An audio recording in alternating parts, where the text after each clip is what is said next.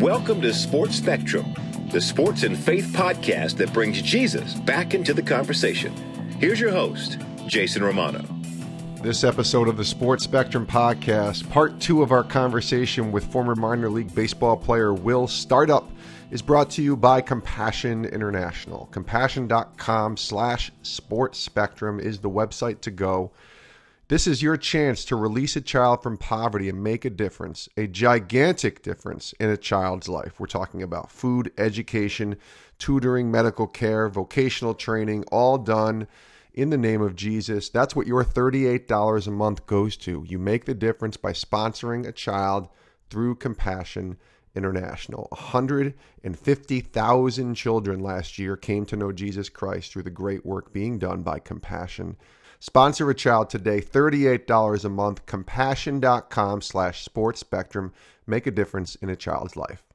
Today on the Sports Spectrum podcast, part 2 of our conversation with former minor league baseball player Will Startup. Now, Will was selected by the Braves in the 5th round of the 2005 MLB Amateur Draft and played 10 years in the minor leagues from 2005 to 2014, making it as high as Triple-A, but never making it to the majors as a pitcher. And in part 1 yesterday, you heard his journey through baseball, and then you heard the story, the very difficult story of his son Copeland, and finding out some tough news there that changes in many ways his life and his family's life forever. And so that was yesterday in part 1. Today in part 2, we pick up the conversation on Copeland and what it's like dealing with difficult news as a dad, trusting in God through that process. And Will is very emotional in this interview, and you just feel for him, and you understand not only the emotions that he has towards the situation and how much he loves his son, you can just sense that, but how much he loves God and how Christ has really made a difference in this guy's life. And then we have some fun. We go back to the baseball field and we realize that Will actually did make his major league debut in 2018, but in a different way. Not exactly in the way that you would think a former minor league player, would make his major league baseball debut. And so that's a really great story. Take a listen here. I think you guys will really enjoy hearing part 2 of our conversation with Will Startup, former minor league baseball player, on the Sports Spectrum podcast. Take a listen.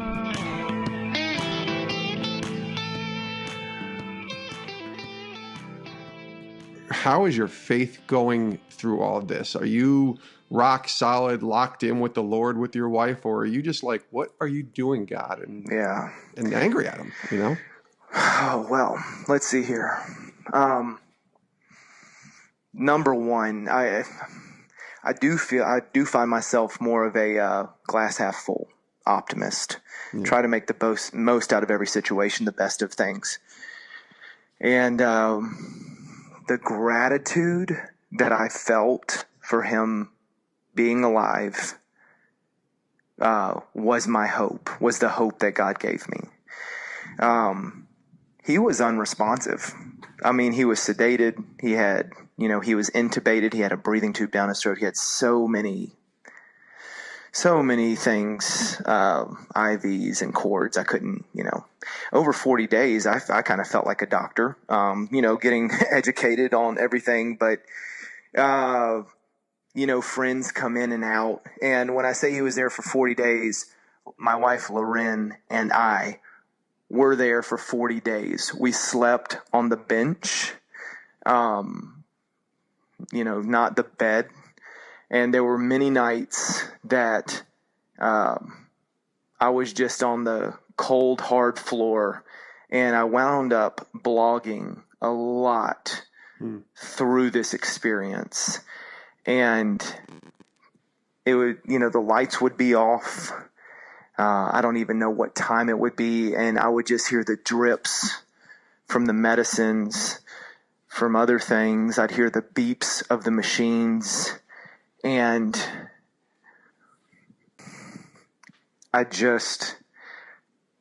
where I was in my faith was I was so glad I could not do anything but pray. I was so glad I wasn't in charge of what medicine he needed, of what surgery he needed. I was so glad to know that God is in control. And what I don't understand is somebody who doesn't know and have a personal relationship with the Creator. I don't know how you can handle those situations on your own. I don't know, because I'm not strong enough. I don't know anybody else who can be perfectly strong enough. I was so thankful. And there's so many stories in those 40 days. There was another occurrence that happened that, to be honest, I think I should, for the sake of making God known, there was a moment when I don't know if it was after 20 days, an inpatient or whatever it was, we moved to a different unit, to a different building, and we started his rehab process. He still couldn't stand, he couldn't do anything, but the first day after his rehab schedule, I think it wore him completely out. And it seemed to be a normal night. We had the family there, but he took a turn, and his health took a turn. And it was the kind of turn where all the doctors are immediately called into the room, all the nurses. And I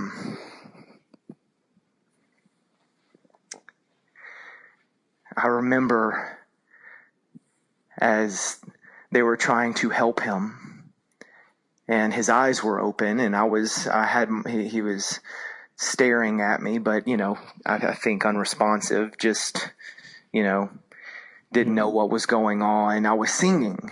I decided to sing. And at the time, God had given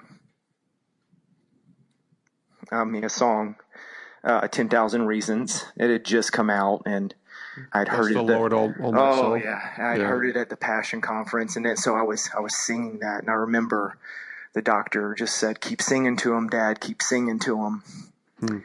And I got to a point where it felt like an Abraham and Isaac. And I just, in my heart, I said, "You can have them."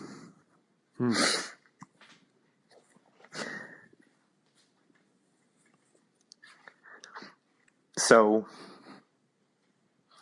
I'm not saying because I did that, or because the Holy Spirit led me to that point, to release Copeland and say, really, just confess and acknowledge that he is yours.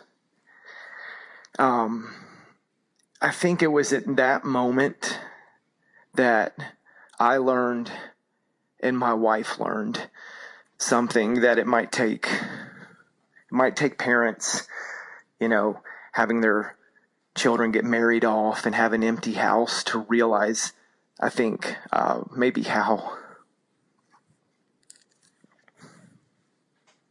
much of a blessing kids are. Yeah. And that he gives them to us so that we can steward them. Ultimately, they are his. And that's the most important thing. But that's right. To this day, it's been tough parenting an almost 8-year-old with his 4-year-old sister. We're we haven't even gotten to that part. Oh my goodness. You add in a 4-year-old sister now too, right? Just to jump to current day, it is. I'm starting to understand how tough it is to parent. But there are days, and mainly most days, where we understand what it is to soak in your kids. Grades. It's not that they don't matter. It's just not that important. A lot of the things is like, how do you love people well? How do you love your kids well as they go through life? And the same thing for your spouse. And the same can be said for your friends, just all different things. But that was such a powerful moment in my life that will be one of the biggest faith markers, is where I knew I could totally trust God in Copeland's life or in his death. Let me ask you this, Will, and there's a lot more we could do. I want to be sensitive to time here. Sure. How's he doing now? He's still alive, obviously, and you mentioned 8-year-old Copeland. So give me the short version of how he's doing now and got through, obviously. He's still alive. He is, oh my goodness. Let's see here. So in early August, he had his pacemaker defibrillator, his original unit that they installed during that time. Right. The same doctor put his new one in. Mm-hmm. So he's got a new pacemaker defibrillator. He is in the 2nd grade. And, I think from the event, Copeland looks totally normal on the outside. 100% like an 8-year-old boy. Yeah. You wouldn't know any differently. He is special on the inside. And I do think because of the event that happened to him early in his life, I think he'll face some challenges, when it comes to school and things like that. So, we're doing homework every single night. It's a challenge, but he is a smart kid, but he's a creator, whether it be Legos, whether he gets permission to take my phone and he makes an episode of Copeland live. I wake up sometimes in the morning to find tons of pictures of me sleeping in my bed. And I'm like, what? How did this happen? He is just, man, without a doubt. And no surprise, he is my favorite little boy in the whole world. Yeah. I love spending time with him. The things that come out of his mouth blow me away.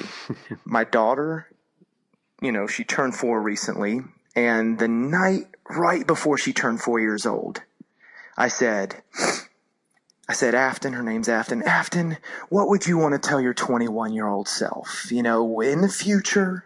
And she didn't comprehend it too well, but she wound up saying, she wanted to ask herself, so how are your knees doing? And I don't know where that came from, but I loved it. That's so and good. Then Copeland was sitting on the couch kind of reading a book, and I said, Copeland, what do you want to tell Afton? When she looks at this video when she's 21 years old, what do you want to tell her? And boy, his wheels started going, and he kind of, his words kind of were a little bit faster than his brain. And I said, I just had to repeat the question. Yeah. And he said this, it just blew me away. He said, Afton, I might not be there when you see this, but wherever you go in life, I want you to know God's going to be there. Wow. It's so awesome. It's just awesome.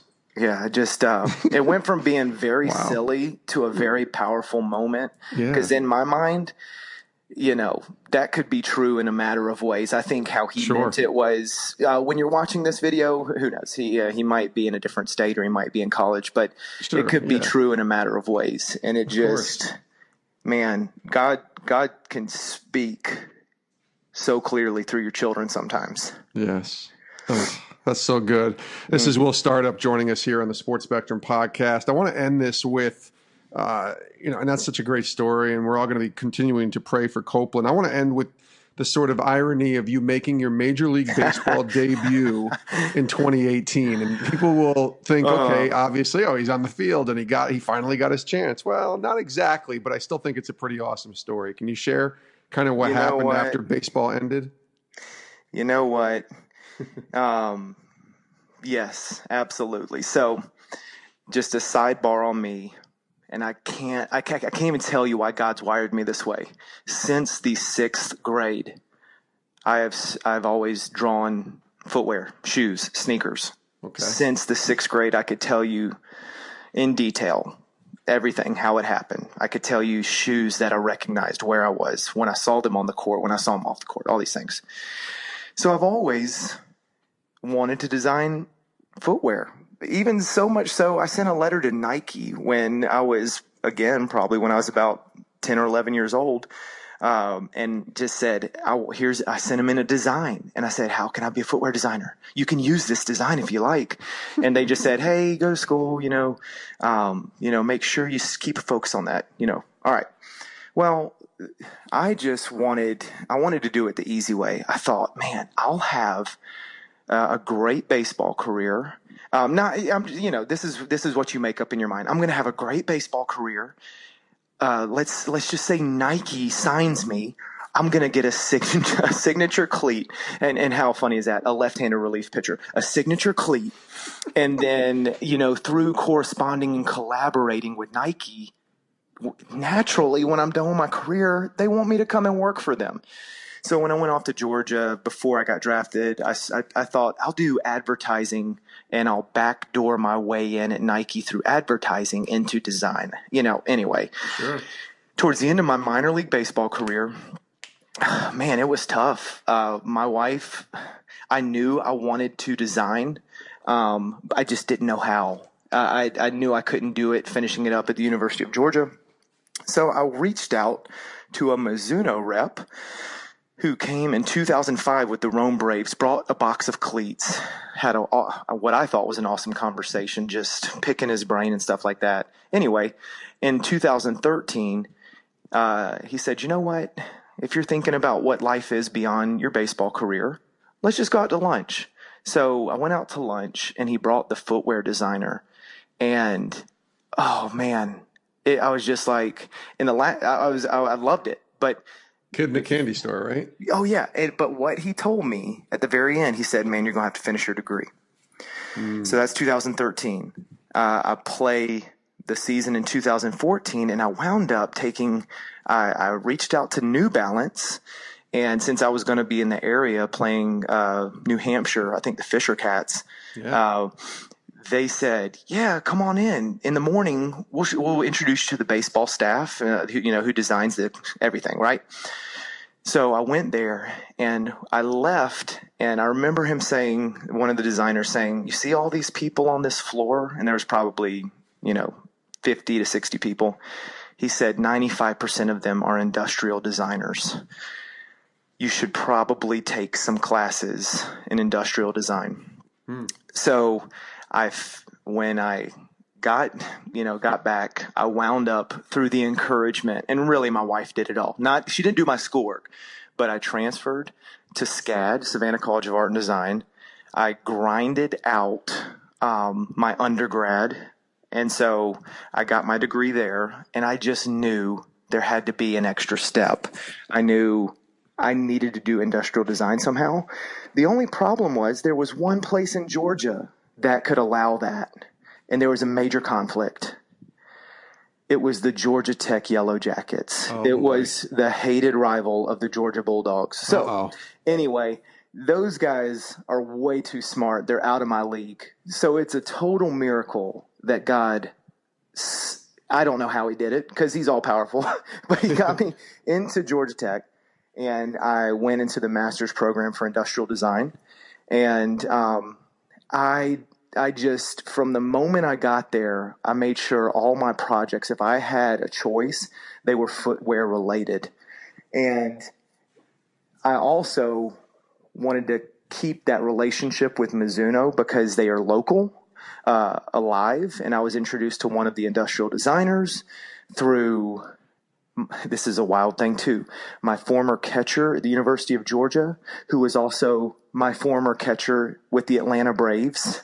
And now he's at Mizuno. It's crazy. Wow. God's working that. But anyway, I wound up doing an internship this past January, and that took so much prayer from me and my wife. I was giving it my best. I absolutely loved it. I was just praying God would open the door for a full-time job there. And that was the case. In July, I was given a full-time job. That's where I am currently. And I didn't think this was going to happen. But again, my former catcher, his name's Clint. He came up to me and he said, listen, we want to do something. We've never done this before, but we want to give our players under contract, our big league guys, a special cleat for the players weekend. That's right. Do you know anybody who can do that? And I was like, yes, I know somebody. I was like, and that's what, when I was in the minor leagues, I would do anything to make my cleats look different. If it was blacking out the logo, anything. I spray painted, basically, and customized. So I had confidence, almost full confidence. Of course, in the back of your mind, you always wonder, but I committed to that. And since that wasn't my full-time responsibility at work, I had to do that. And willingly I did this, that whole side project. I had 21 cleats to customize in 40 days. And for the last 3 weeks, because I was trying to meet a deadline, the earliest I went to bed was 2 a.m. And 2 a.m. and paint fumes in your basement with the doors and windows open is not recommended. I mean, but that is the story. One of my favorite things about that, and I feel like I don't mind saying it in this, medium, is what I did during that time. There's a couple other cool stories we can tell later. But as I would customize those cleats, each cleat would take about 5 hours a night. So I'd get home from work, help put the kids to bed, and go straight to customizing. And it was incredible time to pray for the player that would be receiving those cleats, that it would mean something to them.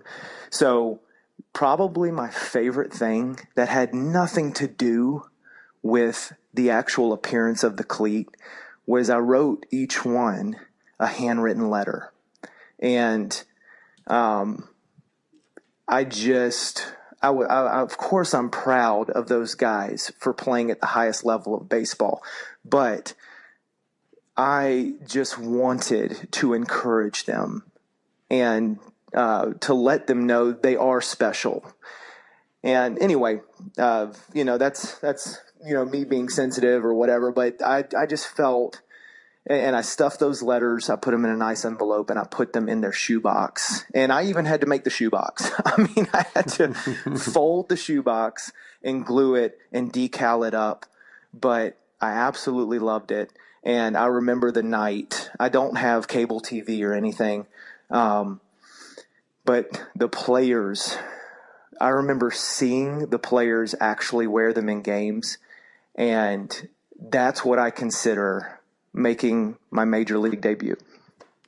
I mean, that's awesome. I love that story because it's, like I said in the very beginning when we were first talking, your story isn't that lived happily ever after baseball story from a worldly perspective, but it comes around completely full circle to the point where you're now designing the shoes, the cleats that these guys are wearing on a Major League Baseball field. I love that story. Well, I want to be sensitive again to time, but let me ask you this to close real quick here. What have you been learning from God now, where everything has, your son's 8, you have a daughter who's 4, you're designing shoes and almost living this dream, this sort of second dream job, if you will, not playing baseball, but designing shoes. What is God teaching you now? What are you learning from him during this season of life? Ooh, there's 2 big things. One being grace, the other being patience. For the last 4 years, I have been our youth director, basically our youth pastor at our church. Yeah, that's great. And so I'm around 6th graders to 12th graders. A lot of patience needed there. Oh man, 3 times a week. But here's the thing, so often. And we all do. There's bad decisions that are made. Yeah. I'm also in a position where I can't really discipline them. And I have those knee-jerk reactions to some of the things that they do that break my heart.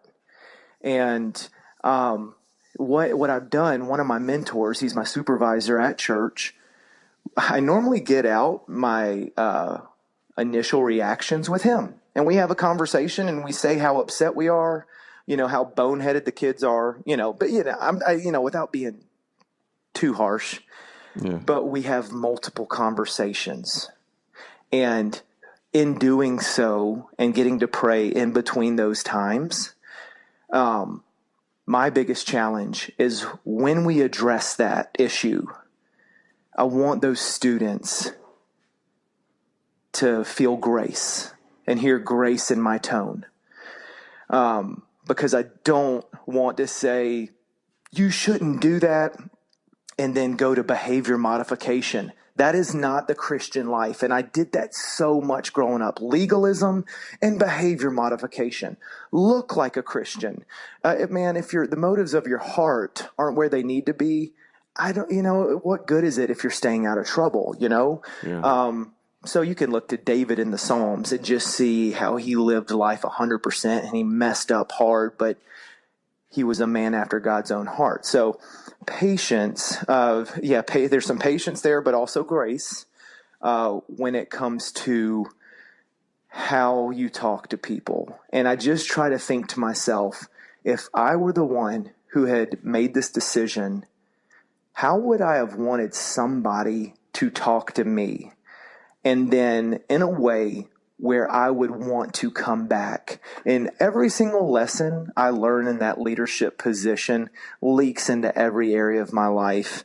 And probably most importantly, with my wife. I think that's the hardest, the place of an area of growth that I need the most is to continue to grow as a Christian husband. Because I do feel if things aren't right in your home, it's hard to lead outside. So God teaches me so many lessons through youth group, through I'm actually older than the guy who gives me instructions at my job at Mizuno. And that's where I kind of need some patience. And God just continues to reinforce to be a servant, to be patient. And these lessons I learn everywhere carry over into every relationship in my life. So I would say God has been teaching me grace and patience. It's good. He is Will Startup. Lots going on there. Minor league baseball player, designer for Mizuno, dad, and husband, probably the most important titles, right? Will, it's been great to tell your story here. I really appreciate you being as open as you have been, and we'll continue to be praying for you and praying for your family. And just thanks for joining us here on the podcast, and wish you nothing but the best. All right. Thank you so much.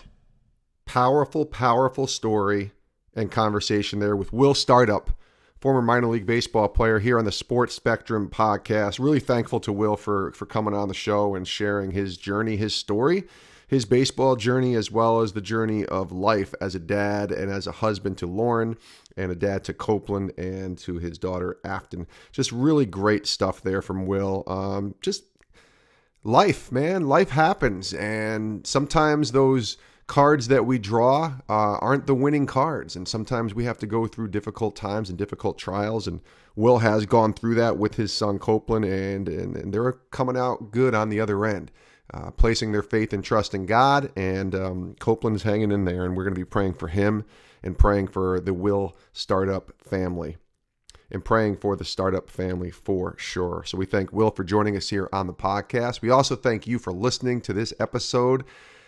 The listeners, you guys make it all happen. You mean so much to us. Almost 400,000 downloads of this podcast now have taken place thanks to you. Thanks to you sharing this podcast, telling others about it, and thanks for the ideas as well. So many of you have reached out on Twitter and sent us guest ideas of people that we should have on the podcast. Will was one of those people, and so we really appreciate you letting us know that. You can always email me, jason@sportspectrum.com. jason@sportspectrum.com, and you can send me any ideas you have for guests that you think would make a great podcast for us, a great conversation here on Sports Spectrum. You can also take a screenshot of this podcast and share it if you liked what you heard on Twitter, Instagram, Facebook, and of course, all of our podcasts are found on our YouTube channel as well, which you can listen to there. And all of our content is a daily devotional, 6 a.m. every single morning. A daily devotional goes out to get you started real quick in the Lord. We're talking like 2 to 3 minutes. That's how quick the devotional is to read. But it's a great way to stay grounded in your faith, to start the day with a Bible verse and a little bit of encouragement as you get going about your day. That's at sportspectrum.com. Plenty of sports and faith articles, content, lots of video as well. Check it out, sportspectrum.com. I think you guys will like our website a lot. We want to thank Compassion International for sponsoring this podcast. For $38 a month, you can check us out over at compassion.com/sportspectrum. That's where you sponsor a child. You release a child from poverty. When you click that button, go to that website, find the child that you want to sponsor, and then you release them from poverty. That's how simple it is. $38 a month. It's the best $38 you'll spend every single month. We don't regret the $38 we spend sponsoring our young boy from Haiti, and you won't regret it either. I really promise you that. What your money goes to this is what it's about. Education, tutoring, medical care, vocational training, food, and the opportunity to know Jesus Christ as their Savior. That's what your $38 goes to. You can't get any better than that. And you want to make a difference, you want to help someone, do it through Compassion International. Go to compassion.com/sportspectrum and sponsor a child today. Thanks for listening to this episode of the podcast. We'll see you next time. We appreciate all of you for tuning in. This is Sports Spectrum. Have a great rest of your day.